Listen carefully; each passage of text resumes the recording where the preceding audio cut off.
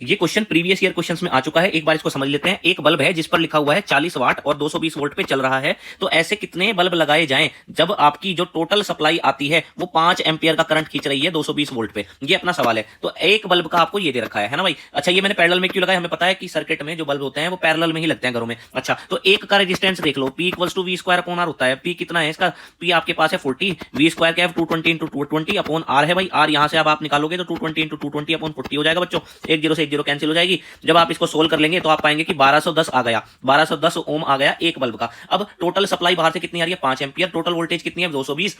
तो मैंने total resistance निकाल लिया, कैसे, V इक्वल्स टू IR से। टोटल रेजिस्टेंस बच्चों, सारे बल्ब्स का रेजिस्टेंस। तो टोटल वोल्टेज कितनी है 220, करंट कितना है 5 का, सारा रेजिस्टेंस हमें पता नहीं, तो भाई सारा रेजिस्टेंस कितना आ गया 220 अपॉन 5, यानी कि कितना 5 4 20 और 5 4 20। ये आया टोटल रेजिस्टेंस। कैसे लगे हुए हैं, पैरेलल में लगे हुए हैं। एक बल्ब का कितना है, इतना है। तो टोटल कितने बल्ब हैं ये पूछ रखा है, समझ में आ रही है बात। तो R इक्विवेलेंट पैरेलल में लगे हुए हैं, तो पहला कितना है 1210 का, दूसरा कितना 1210 का, तीसरा कितना 1210 का, ऐसे ऐसे कितने हैं मुझे नहीं पता, मैंने कहा n है। तो R इक्विवेलेंट आपको 44 दे रखा था, ऐसे हो गया। तो ये n टाइम्स जुड़ रहा है तो n, और नीचे आ गया ये ऐसे है ना। तो इसकी इसमें तो n इक्वल्स टू आ गया 1210 अपॉन कितना आ जाएगा भाई 44 आ जाएगा। जब आप इसको इससे डिवाइड कर रहे होंगे बच्चों तो लगभग 27 पॉइंट समथिंग आ जाएगा। यानी कि कितने बल्ब ऐसे लग सकते हैं, 27 बल्ब आपके ऐसे लग सकते हैं।